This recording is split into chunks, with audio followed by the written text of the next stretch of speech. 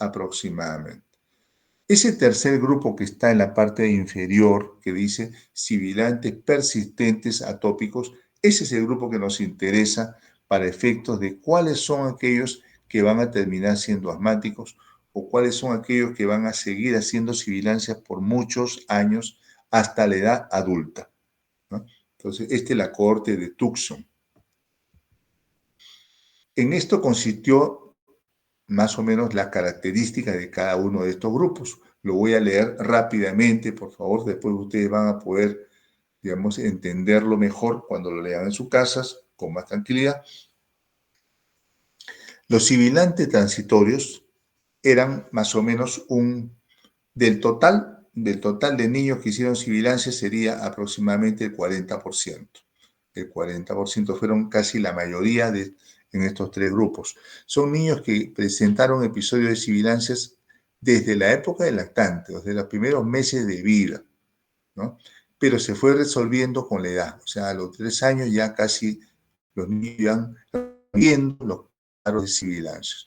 ¿Cuál era la característica principal? Que eran niños que no tenían madre asmática, o sea, no tenían familiares con asma ni con ningún tipo de atopía.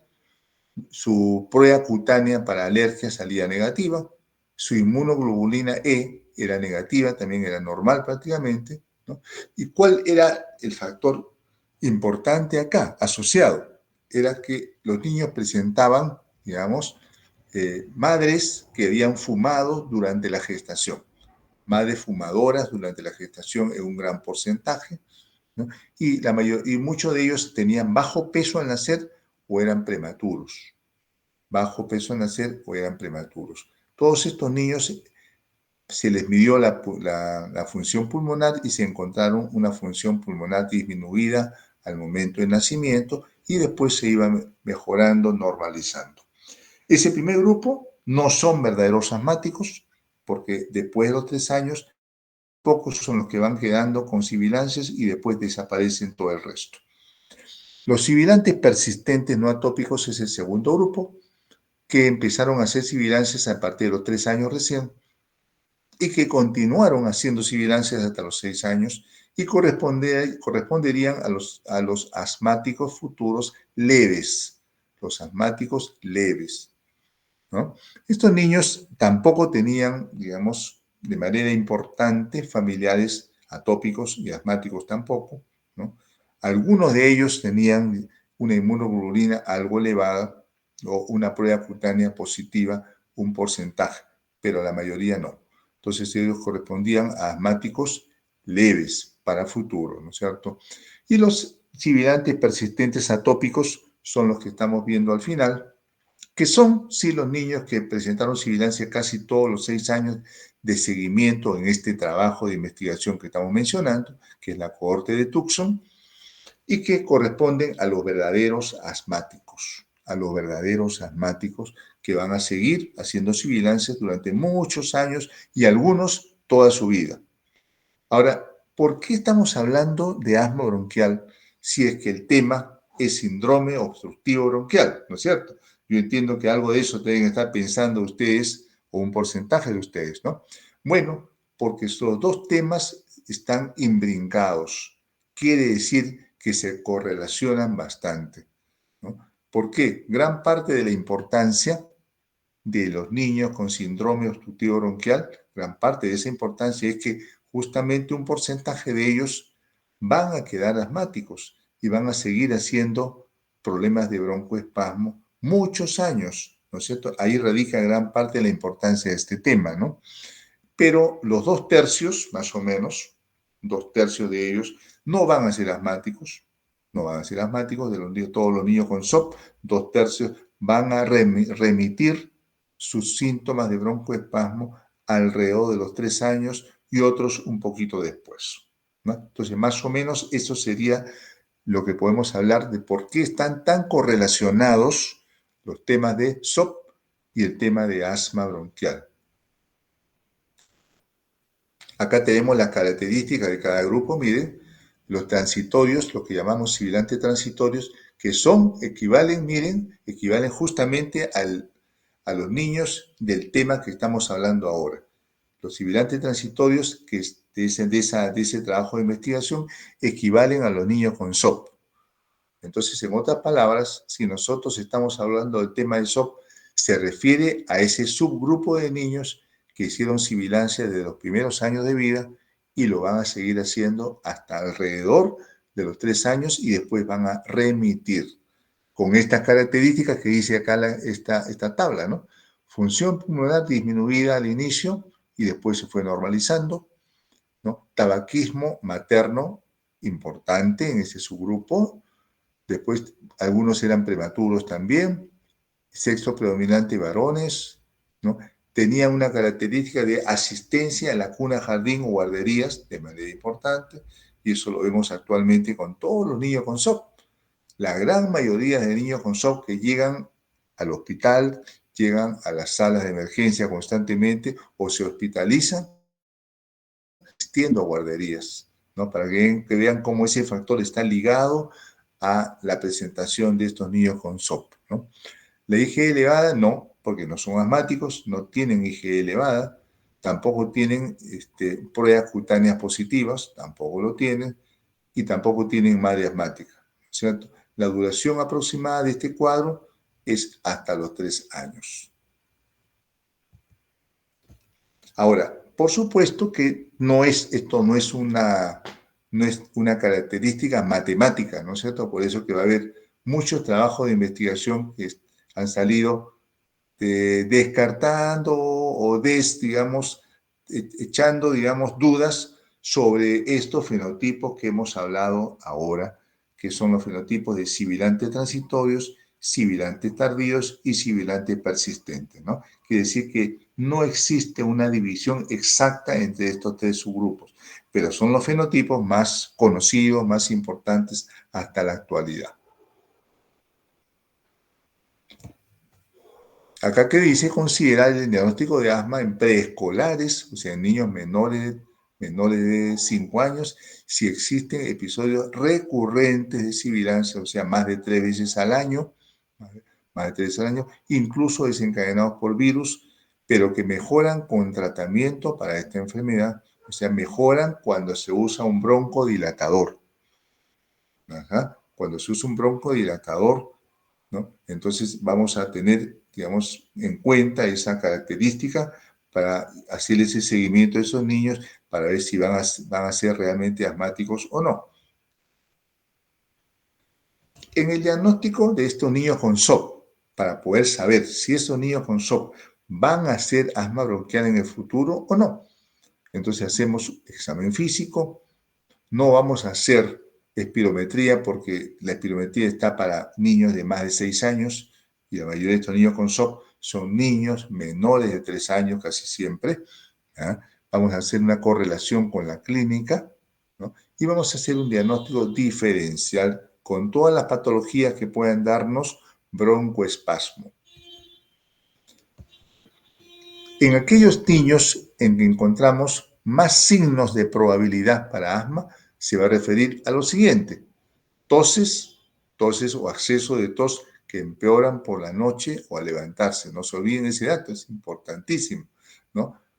Empeoran en la noche o al levantarse. Esto también se va dando en los niños que van a seguir con signos de sibilancias para futuro, que ocurren tras exposición a distintos desencadenantes que pueden ser, por un lado, infecciones virales, o sea, causas virales, o pueden ser neumoalergenos, como el polvo de casa, el humo de cigarrillo, el polen de las plantas, etc.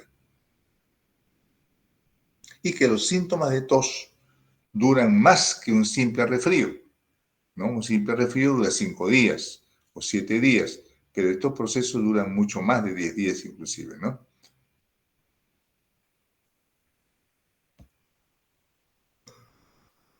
¿Cuál es el objetivo en estos tipos de pacientes que hacen broncoespasmo? Ya sea aquellos niños que lo hacen en la etapa preescolar, lactantes, o estamos hablando también de los niños que siguen haciendo sibilancias para el resto de su vida, ¿no? ¿Cuál es el objetivo en el manejo? Lograr un buen control de los síntomas. En muchos casos no vamos a poder hablar de una curación, pero tenemos que lograr un buen control de los síntomas, ¿no es cierto? sin limitación a la actividad diaria, que dice que esos niños, aún teniendo episodios de broncoespasmo, tienen que poder hacer su ejercicio físico, hacer algún tipo de deporte, hacer educación física en el colegio, etcétera, ¿no es cierto? Mínima dosis de fármacos, que no estén polimedicados, que no estén usando, digamos, fármacos broncodilatadores, corticoides inhalados, corticoides sistémicos, antihistamínicos, no, tratar de no estar sobremedicados, ¿no? Minimizar los riesgos de crisis, que no estén llegando a las salas de emergencia constantemente con crisis de SOP o crisis de asma, etcétera, ¿no? Esto es lo que nosotros hacemos dentro del manejo, tanto en niños con SOP como en niños con asma bronquial, ¿no? La monitorización, el seguimiento de estos casos, el control ambiental es básico. ¿Cuál es la diferencia, digamos, si tenemos por un lado los niños con SOP y por el otro lado los niños con asma en lo que se refiere al control ambiental? ¿Qué es lo que nos interesa de los factores que intervienen como desencadenantes de esta crisis? En el caso del SOP, casi siempre son virus respiratorios. Rinovirus, virus sincital respiratorio. La gran mayoría, no se olviden, entonces, rinovirus, virus sincital respiratorio como desencadenantes de episodios de SOP, menores de años sobre todo. Cuando se trata de niños asmáticos, si es que más de 5 años, los desencadenantes de crisis van a ser los neumoalergenos, como el polvo de casa, el humo de cigarrillo, el polen de las plantas, los hongos ambientales, etc. ¿Cierto? Se necesita también un tema de educación para esos niños, ¿no? Y para los padres de familia, y sobre todo dentro de la educación, establecer un plan por escrito. No se olviden, es importante. Todo niño asmático, todo niño con SOP, que ya sabemos, así no vaya a ser asmático, pero ya sabemos que ese niño con SOP va a seguir teniendo esos episodios hasta los 3 años de edad. O sea, si lo estamos empezando a ver a los 6 meses, por decir, entonces ya sabemos que este niño vamos a tener que seguirlo viendo en la sala de emergencia, llegando cada cierto tiempo por una crisis de SOP, ¿no? ¿Y qué tenemos que lograr? Que esa familia tenga en casa un plan de acción para cada caso que se presente. O sea, por escrito, su esquema de tratamiento en casa para esos niños. A eso se refiere. Y el tratamiento farmacológico, que vamos a ver después. ¿Cuáles serían los factores de riesgo que no permiten, digamos, o que nos hacen ver que ese niño no está controlándose, que no se está logrando un buen control? Bueno, la mayoría de los casos en los cuales hay una mala evolución y un mal control a pesar del tratamiento es por dos cosas: pobre adherencia al tratamiento, y una mala técnica inhalatoria. Son los dos que lo estamos poniendo acá al final, pero son los más importantes, ¿no? Poca adherencia significa que si nosotros le indicamos a un paciente usar su inhalador con aerocámara, ¿no es cierto? Posiblemente nos escuche, pero muchos de estos niños, sus padres, cuando llegan a casa van a decir: no, no estoy de acuerdo, vamos a darle un tratamiento solamente por unos 2 o 3 días hasta que le pase la tos y se lo vamos a suspender. Eso significa poca adherencia. O sea, realmente no sirvió de mucho la consulta médica. Esos niños van a suspender su tratamiento rápidamente y, por supuesto, van a repetir esos cuadros con mucha frecuencia. Una mala técnica inhalatoria significa no saben usar la aerocámara, ¿no? Y si no lo saben usar, no va a haber una buena respuesta tampoco, ¿no? Entonces ya sabemos eso. Aparte de eso, tenemos, por ejemplo, exposición a humo de tabaco, a contaminación ambiental intradomiciliario dentro de casa, tener mascotas en casa, ¿no es cierto? ¿Qué otra cosa podría ser? Asistencia a las cunas jardín, a guarderías. Si esos niños asisten a la guardería todos los días, ese niño no va a parar de enfermar, no va a parar de estar resfriado, y ese resfrío va a ser un desencadenante de las crisis de broncoespasmo. Vamos a seguir viendo. ¿Cómo abordamos el tratamiento en estos niños preescolares? Entonces, el grupo etario que estamos viendo ahora en esta clase se refiere a los preescolares, básicamente menores de 5 años o incluso menores de 3 años, ¿no? Informar a los padres e individualizar el tratamiento. Informar significa explicar, en este caso, qué significa el SOP, qué significa el síndrome obstructivo bronquial, cómo lo va a ir presentando ese niño a lo largo de los primeros años y si hay alguna posibilidad que ese niño vaya a quedar asmático y por lo tanto continuar haciendo broncoespasmo por muchos años después. Todo eso tenemos que informárselo a los padres. Individualizar cada caso. Todos los casos no son iguales. Iniciar tratamiento controlador si existen episodios frecuentes. Eso es algo relativamente nuevo, ¿no? Porque antes, podemos decir, hasta hace 10 años, el tratamiento para los niños con SOP, con síndrome obstructivo bronquial, era solamente darle broncodilatadores, ¿no es cierto?, inhalados de tipo salbutamol, nada más. No se usaba como parte del tratamiento los corticoides inhalados, o sea, el tratamiento controlador. En este caso ya se está aceptando, ya se está incluyendo en el diagnóstico, sobre todo cuando son episodios de SOP recurrentes. SOP recurrentes, más de 3 episodios en la temporada o en el año. Entonces, eso se llama SOP recurrente. A esos niños se debe dar, aparte del salbutamol, también corticoides inhalados por corto tiempo. Puede ser un mes, 2 meses, ¿no? O por la temporada, ¿no? Porque ya sabemos que los niños que hacen SOP van a seguir haciéndolo, todos, por supuesto, sobre todo en los meses de invierno, sobre todo en los meses de invierno. Este es el esquema de manejo ambulatorio o manejo controlador, que es la parte que se refiere al manejo en casa, ¿no es cierto? ¿Qué se debe usar de tratamiento farmacológico en los niños que hacen problemas de broncoespasmo, sobre todo en menores de 5 años, ¿no? Acá vamos a verlo. Y acá tenemos una que se refiere actualizado ya. Ah, no, perdón, a ver.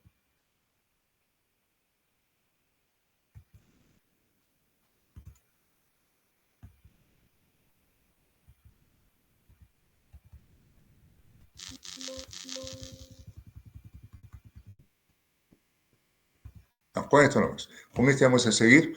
Estamos hablando de pasos para el manejo controlador en casa, el manejo de mantenimiento, el manejo ambulatorio, como se llama también, ¿no? No estamos hablando acá del manejo en la sala de emergencia cuando el niño llega con toda la crisis de tos, no. Estamos hablando del manejo ya en casa ambulatorio, que es el manejo que está incluido acá en estos 4 pasos, 4 pasos. El primer paso es aquellos niños que tienen episodios infrecuentes, episodios intermitentes, ¿no? Entonces, en estos niños que muy raramente hacen episodios de SOP, que no es que todas las semanas vuelven a recaer, que no es que todos los meses van a estar nuevamente en la emergencia nebulizándose, no. Son los niños que lo hacen con muy poca frecuencia. En esos niños, ¿qué se debe usar? Lo que se recomienda es usar los broncodilatadores de acción corta, como el salbutamol, que se usa en inhalador, por supuesto, o en nebulización, ¿no? Y también se puede usar ya actualmente, tanto en el paso 1 y 2, se está incluyendo corticoides inhalados, pero de manera intermitente. Para el paso 1, acuérdense, pueden ser corticoides inhalados tipo budesonida, digamos, beclometasona, fluticasona, pero de manera intermitente, o sea, días que sí, días que no, ¿no? Entonces, eso es lo que hasta ahora se está aceptando de esa manera como un manejo controlador. Y en el paso 2, que es los niños que ya presentan con más frecuencia durante toda la temporada de invierno, están repite los episodios de broncoespasmo. En esos niños sí, además del salbutamol, para el rescate, usar un corticoide inhalado, ya hemos dicho, de tipo budesonida, de tipo beclometasona o de tipo fluticasona, de manera ya continua. de manera continua, ¿no? Pero en baja dosis, por supuesto. Baja dosis se refiere, como ustedes saben, si hablamos de beclometasona, hasta 200 microgramos diarios. 200 microgramos diarios, que si estamos hablando de una beclometasona de 50 microgramos por puff, estamos hablando de 2 puff en la mañana, 2 puff en la noche. Esa es una dosis baja, ¿no? Dosis baja en budesonida es un disparo en la mañana, un disparo en la noche. Eso es dosis baja con budesonida. Bueno, ese es el paso 2, que son los casos más frecuentes, y el paso 3 son aquellos niños que a pesar de ese tratamiento no están respondiendo y siguen haciendo episodios frecuentes de broncoespasmo, ¿no? En esos casos se refiere que se puede duplicar la dosis de corticoide inhalado o también se puede agregar un antileucotrieno como el Montelukast. O sea, también, como ustedes ven, estos pasos se parecen bastante al tratamiento controlador o el tratamiento ambulatorio de los niños asmáticos mayores de 5 años. Es bastante parecido. Bien, acá tenemos el primer paso ya en forma desdoblada digamos, separada. Vamos a explicar en qué se refiere el primer paso. El primer paso son los niños que hemos dicho que hacen broncoespasmo muy episódico, muy de vez en cuando, ¿no? Que no es frecuente, no es todos los meses ni todas las semanas. Entonces, ¿qué usamos acá? Usamos el broncodilatador de acción corta, ¿no? Acá lo llaman los españoles el BAC. Los ingleses, en lengua inglesa se le llama con la sigla SABA, ¿no? SABA significa broncodilatador de acción corta, ¿no? Que se refiere al salbutamol. Ese salbutamol es el que se usa de manera principal en estos niños con síndrome obstructivo bronquial, ¿no es cierto? Ya sea en forma inhalada o por nebulización, ¿no? Y se usa en este paso 1 en aquellos casos que son poco frecuentes. En aquellos que ya son más frecuentes, ¿no? Ya se puede iniciar el tratamiento controlador de manera continua, ¿no es cierto? Hemos dicho, pero a dosis baja, que puede ser la budesonida, como dice acá, la beclometasona o la fluticasona, ¿no? Tanto el salbutamol a demanda, o sea, cuando es necesario, cuando hace una crisis, y el corticoide de manera continua durante periodos cortos, ¿no es cierto? Pero no intermitente, sino todos los días. Ese es el tratamiento que actualmente se está recomendando para los niños con SOP recurrente, que son los niños, digamos, en el paso 2. En el paso 3, a ver, vamos a ver acá.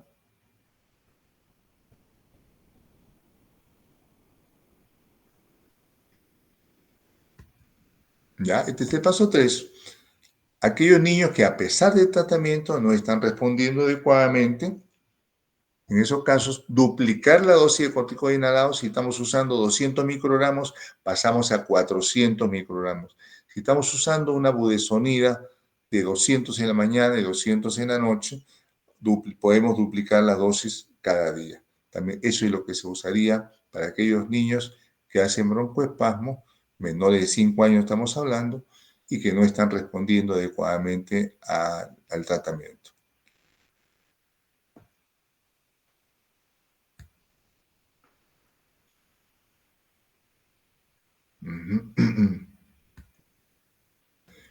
Acá hay un dato interesante que es una publicación bastante reciente.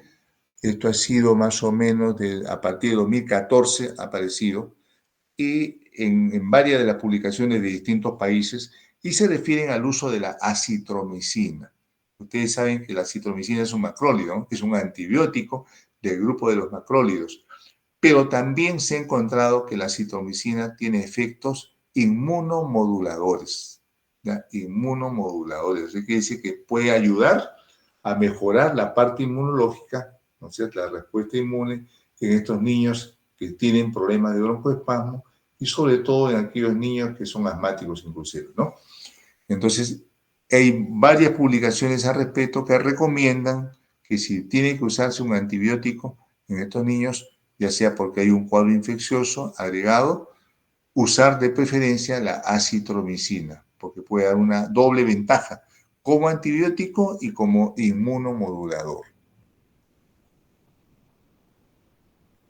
Paso 4 ya se refiere a derivar, ¿no es cierto? En muchos de estos casos, porque ya tiene que verle un neumólogo pediatra, son niños que no están respondiendo al tratamiento ni siquiera a duplicar la dosis de corticoide inhalado, ¿no? Entonces estos niños necesitan un control más estricto, algunos de ellos se tienen que hospitalizar, ¿no es cierto?, para un adecuado manejo, y otros tienen que pasar al neumólogo pediatra. Este es el manejo ya de las crisis, el manejo de rescate, como todos sabemos, que es similar a lo que hacemos con los niños asmáticos, ¿no?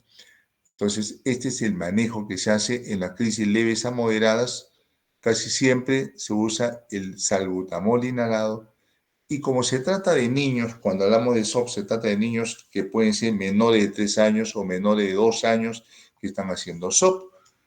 En esos casos sí se puede recomendar el uso de la nebulización, o sea, salbutamol nebulizado, que es bastante efectivo, bastante, digamos, eficiente en el manejo de rescate y rápidamente controla el broncoespasmo, ¿no?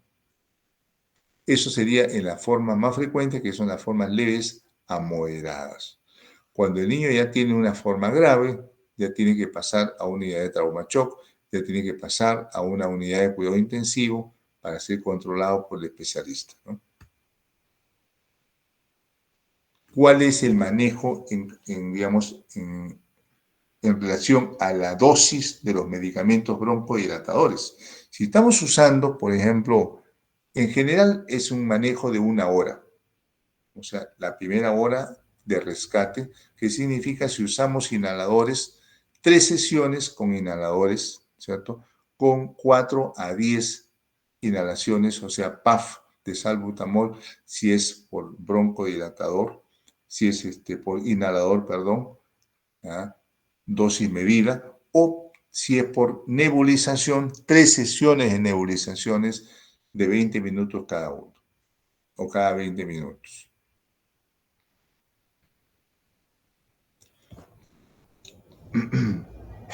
¿Cómo se hace el control y el seguimiento? ¿No es cierto? Hemos dicho ya que el niño con síndrome obstructivo bronquial no va a ser asmático en general. Solamente 1/3 de estos niños, estamos hablando de un 30% probablemente, de estos niños pueden continuar haciendo broncoespasmo después de los 5 años y ya ingresan al grupo de los asmáticos, ¿no? Y solamente un porcentaje de estos van a ser asmáticos crónicos que pueden seguir todo el resto de su vida con episodios de broncoespasmo, ¿no? Entonces estamos hablando de un 30% de riesgo. ¿Cómo se haría el control en estos niños entonces? Revisar las respuestas cada 4 o 6 semanas. Hay que ver qué escala vamos a utilizar para ver el control, ¿no es cierto?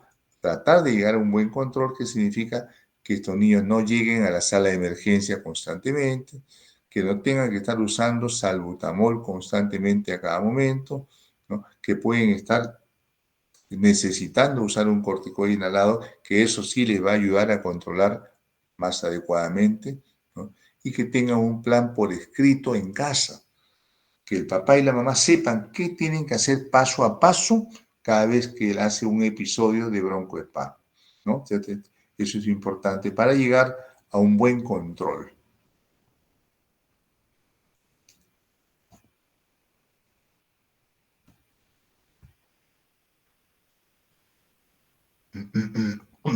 Dentro del control tenemos que resolver 2 problemas importantes, que son los mismos que hemos mencionado que eran factores de riesgo, ¿no?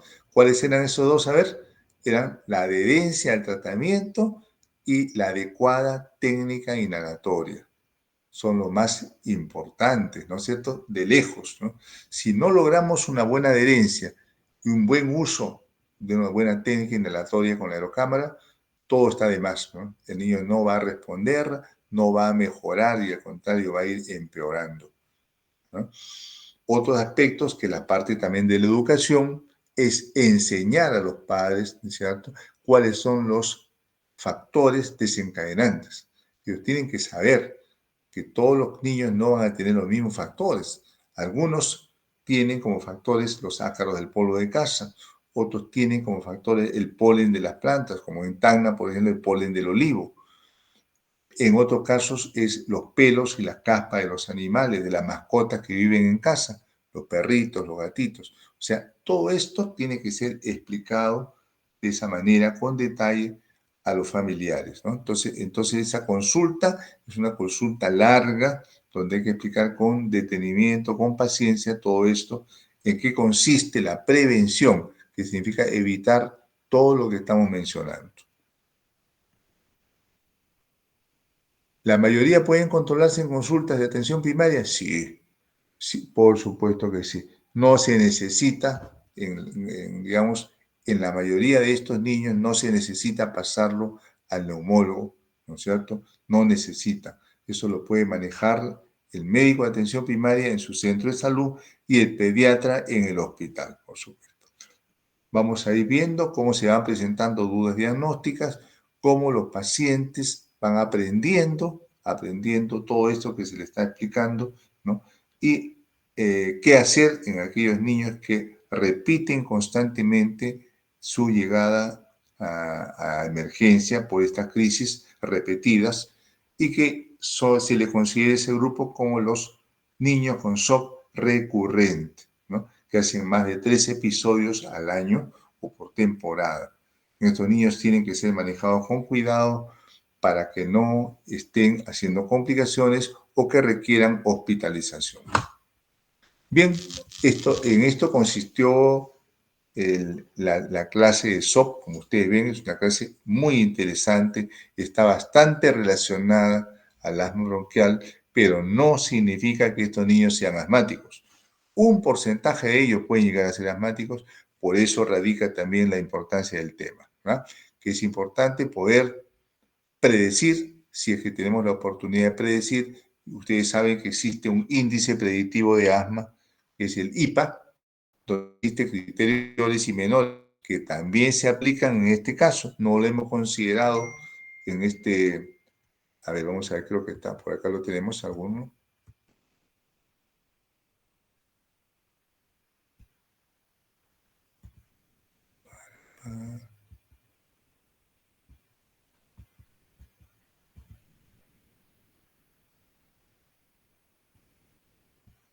No, no lo tenemos acá.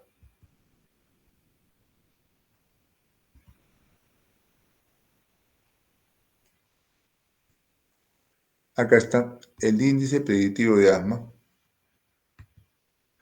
En este índice predictivo de asma, a ver, hay criterios mayores. El criterio mayor más importante es madre asmática, no se olviden.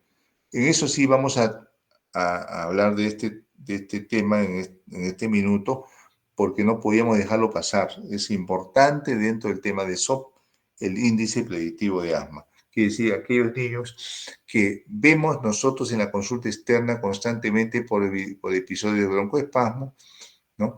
Y que la mamá nos pregunta, ¿no? Doctor, ¿mi niño va a ser asmático o no? ¿Qué podemos responderle, no? Podemos aplicar esta escala que se llama el índice predictivo de asma. Si este niño tiene una madre que es asmática, ¿no? Ese índice predictivo automáticamente ya se hace positivo.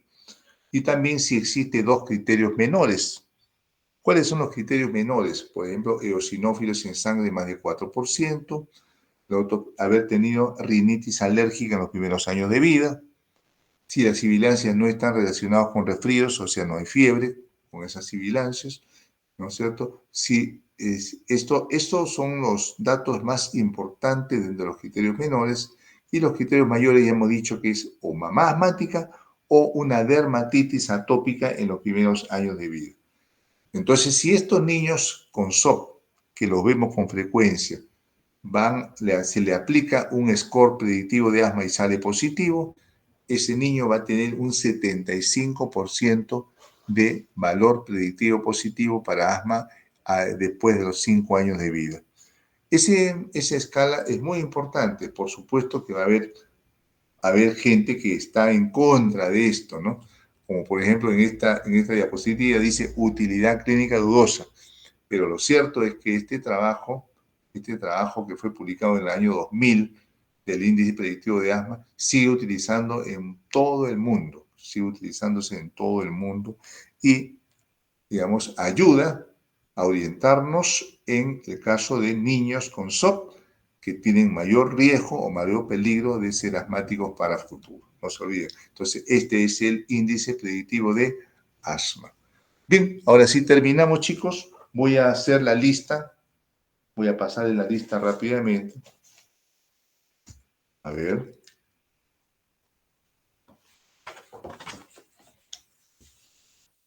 Ale Sánchez. Si están presentes, mencionan, por favor. Aquino Sayuca. Presente. Muy bien.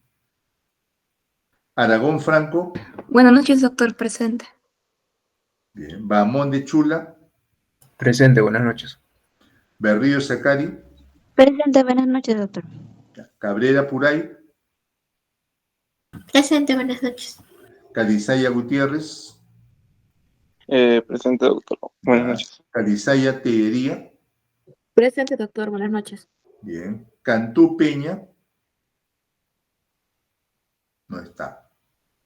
Carvajal Villasante. Buenas noches, doctor. Presente. Ya. Carpio Zapata. No. Carrillo Barriga. Tampoco. Chipana Coragua. Chura Ramos. Presente, doctor. Buenas noches. Contreras Alvites. Presente, doctor. Buenas noches. Crispín Vizcacho. No está. Cruz Puma. Presente, doctor. Buenas noches. Ya. Escobar Chávez. No está. Flores López. Buenas noches, doctor. Presente. Buenas noches. Fora Flores. Presente, doctor. Buenas noches. Buenas noches. Franco Espinosa. Gil Charca. Girón Salamanca. Presente, doctor. Buenas noches. Guillermo Laura.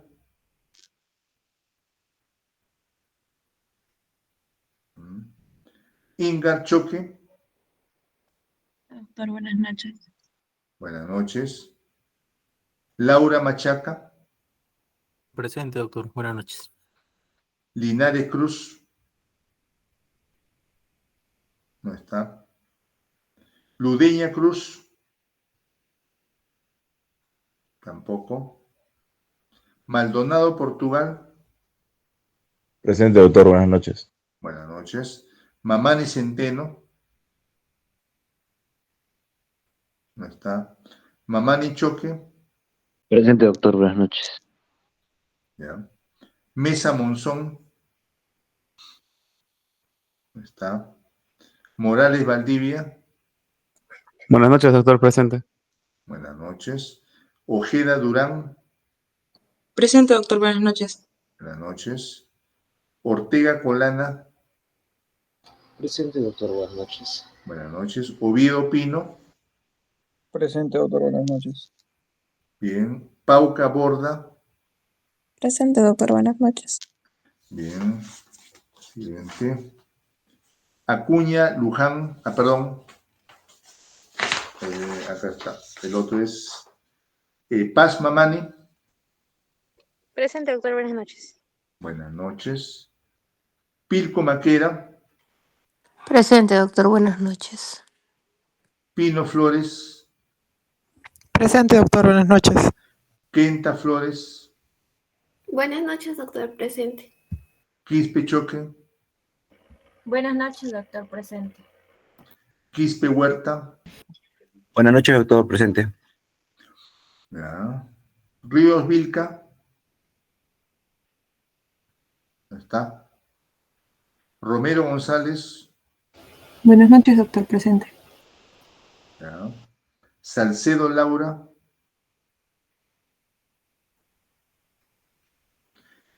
Salcedo Machaca. Está.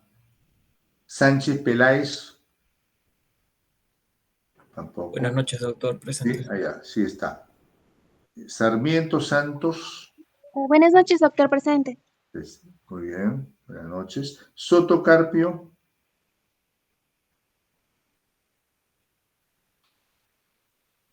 Estoraica Retamoso. Buenas noches, doctor presente. Tala Chipoco. Telles Amezquita. Ticona Mamani. Vargas Salas. Varillas Ceballos. Buenas noches, doctor presente. Varillas Ceballos, ya. Y Westneira. No está, ¿no? Bien. Doctor, A ver, por favor. disculpe. Buenas ¿Cómo? noches. Doctor, ¿Cómo te disculpe. llamas? Cantu Peña. No se me Cantu, escucha. Sí. Cantu Peña, ¿no? A ver un ratito. Cantu Peña, ya, listo. Ya. Si hubiera alguno más, buenas por noches. favor. Sí, Disculpa. Gil Charca. Gil Charca, ya. Ya. Cualquier otro que no haya podido mencionar la lista y que haya estado presente, por favor, ya la delegada o le envía en una lista, por favor, para considerarlo. ¿Ya? ¿Listo? Gracias, gracias chicos. Ya nos vemos en la próxima clase.